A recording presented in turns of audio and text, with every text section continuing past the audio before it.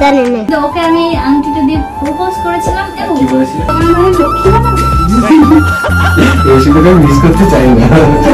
ये सोच के दिल मेरा তো সবারটাও পুরোপুরি ক্লিয়ার করে দিলাম।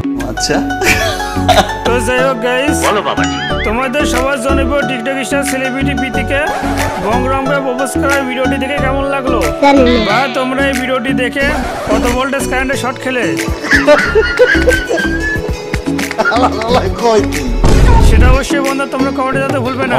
এবং বন্ধুরা তোমাদের যদি বংরম এবং প্রীতি মণ্ডলের এই প্রপোজ করার রোমান্টিক ভিডিওটি দেখে ভালো লেগে থাকে তাহলে বন্ধুরা দয়া করে প্লিজ একটা লাইক করে দাও।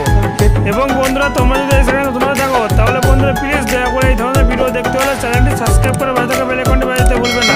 আমি বললাম করব না। ধন্যবাদ, সবাই ভালো থাকবে। তোমাদের সঙ্গে দেখা হচ্ছে প্রীতি এবং বংরমের কোনো রোমান্টিক লাভ স্টোরি ভিডিওতে।